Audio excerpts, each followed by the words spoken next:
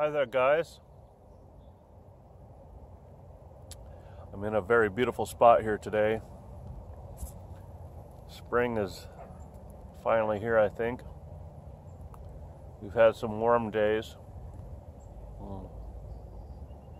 last few days, but I think there's more rain coming.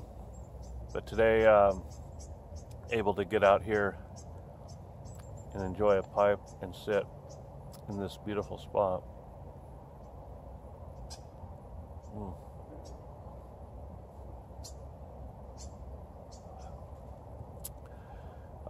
But before I tell you all about that, I'd like to just tell you a little bit of background on, why this video, I guess, in a way. Perhaps you'll understand in a minute. But, yeah, Band-Aid. Not related. But last week, I was assisting in a surgical case, as I do sometimes. And we're reconstructing a thumb joint at the base of a thumb. And we had the joint open, and the surgeon was digging in the joint, trying to cut the ligaments off a bone that we were going to remove at the base of the joint. And so the joint was open, and he had the knife, and he was down cutting some of the connective ligaments away from the. I don't want to get into it too much. I don't want to offend anyone, but yeah, the knife slipped out of the joint and went right across my finger, right across. Yeah, pretty deep. It hit my bone. So I covered it up. I didn't want to be too offensive. It's doing well. I had to go through all the tests and all that, but it looks pretty good. It's doing all right. Just wanted to cover it up so nobody's really offended.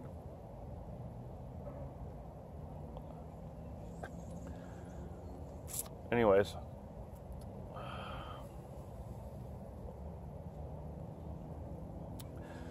the story I wanted to tell, I think, to kind of begin this video is, I guess, just starts in my childhood. I grew up here in the Pacific Northwest, in Portland and up around Seattle mostly.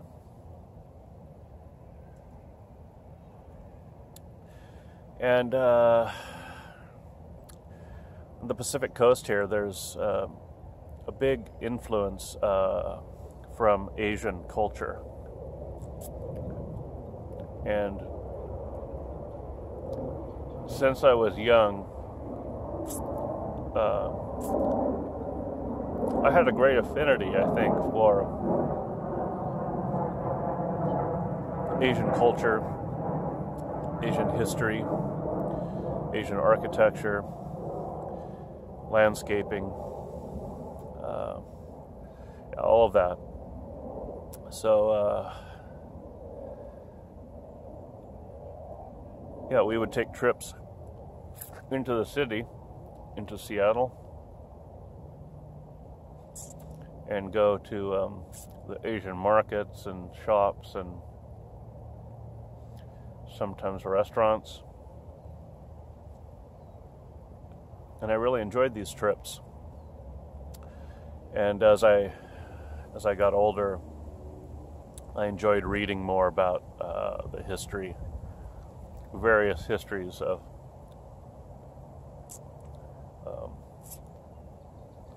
different Asian cultures and time periods.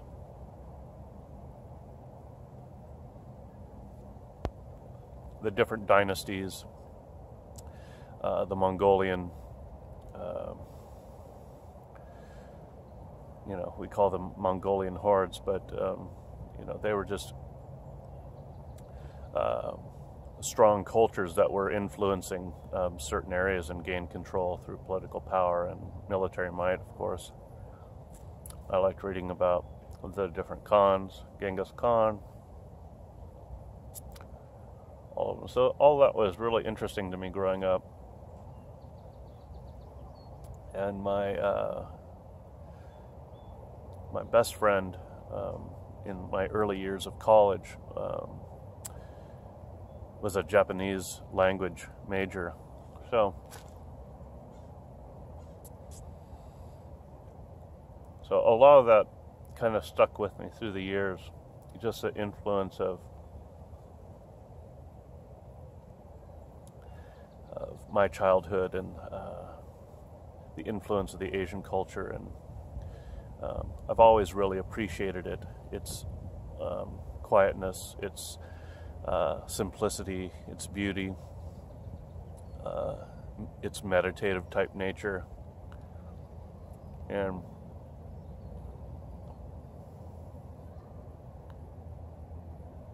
of course all the things that go with it: beautiful gardens, beautiful architecture. And so that that always stuck with me, of course. And so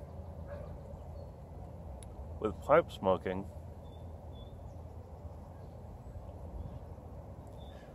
there is an Asian tradition of pipe smoking as well. And this tobacco I'm smoking,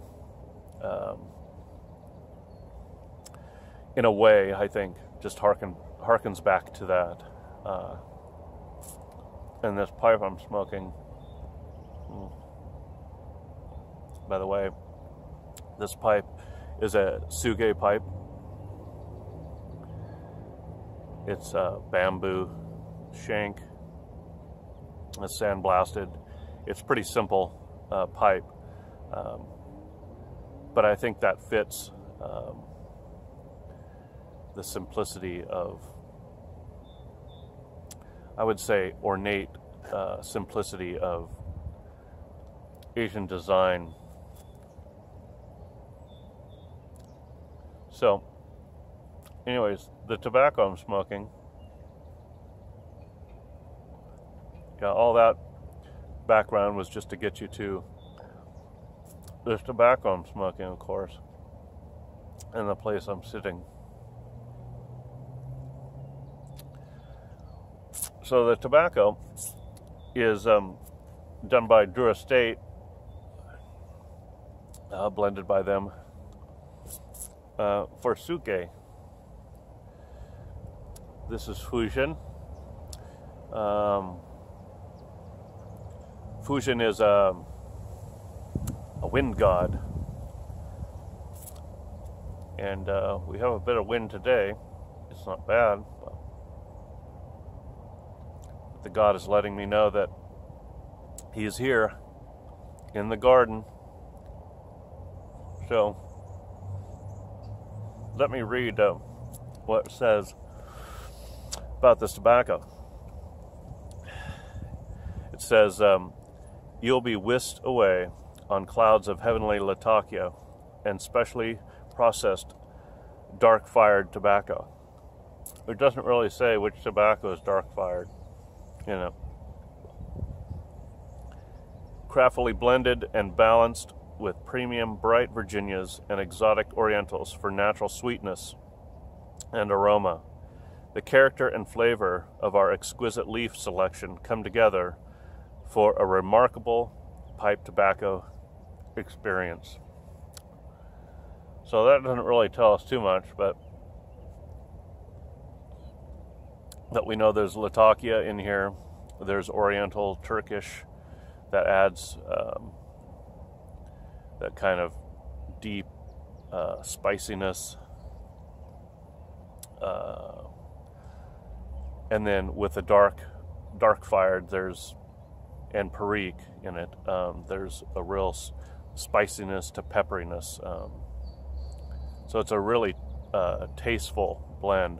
It has good flavor. And then the Virginias are in there to keep it settled down just a little bit and add that little bit of sweetness. So I think it's well balanced tobacco. I wouldn't ever consider this an outstanding tobacco, but what I like about it is the Latakia is not too overpowering in this tobacco. But if you really like Latakia, perhaps this wouldn't be a good one for you. But if you appreciate a tobacco that's just well balanced with, good amount of spiciness, tangy even, of Orientals and Turkish and Perique, then this would be a good one for you, I think. So let me show you the tobacco. It's not anything really unusual.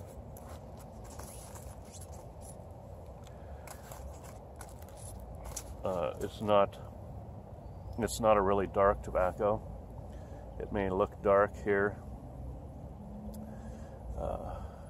but there's not, I don't think, a lot of Latakia in the blend. It's I'd say like a medium. I'd say overall this is a medium tobacco, medium strength, medium flavor, and in color medium. So yeah, the Latakia, I think there's just a small amount in here, so that it's not overpowering, and it's not an overly dark blend either.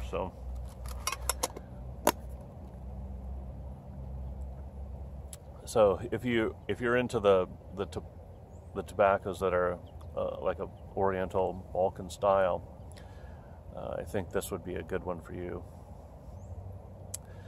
But it's not anything that's really outstanding or unusual. But it's a good smoke. It behaves well. It packs well, of course. It's kind of that coarse ribbon cut. It doesn't get bitey. It doesn't burn hot. So overall, it's a well behaved, tasteful tobacco. One that I think you can smoke, through the day. But don't think it's going to be a tobacco that anyone's going to want to reach for constantly. Perhaps I'm wrong. Maybe there are some that would prefer that. So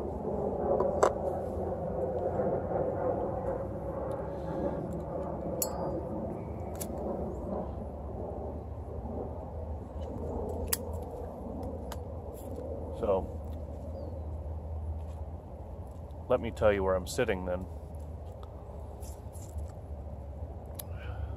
I'm sitting in a Japanese garden that was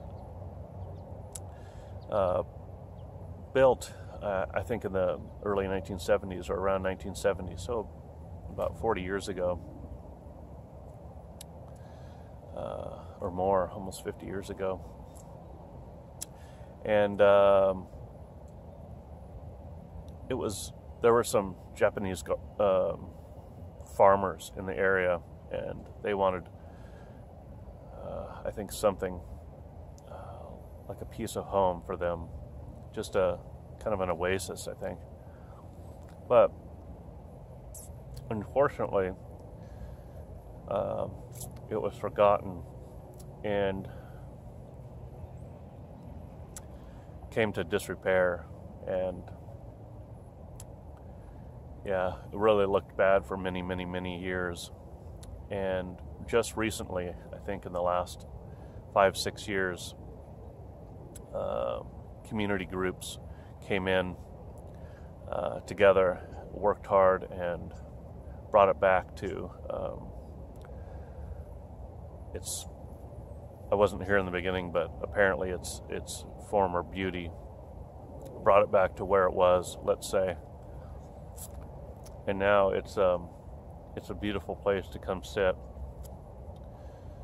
and just relax and enjoy just a piece of the.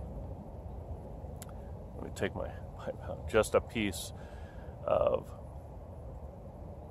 the beauty, I think, of Asian landscaping and what they can do.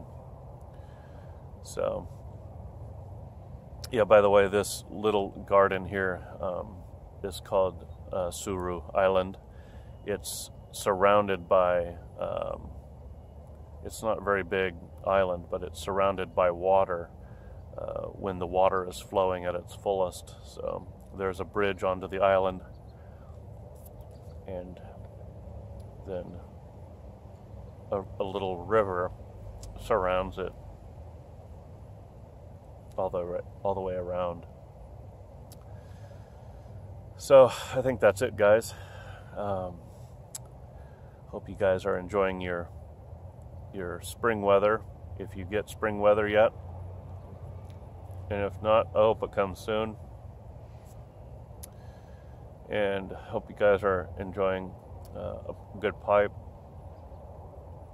And we'll talk to you guys later. Take care.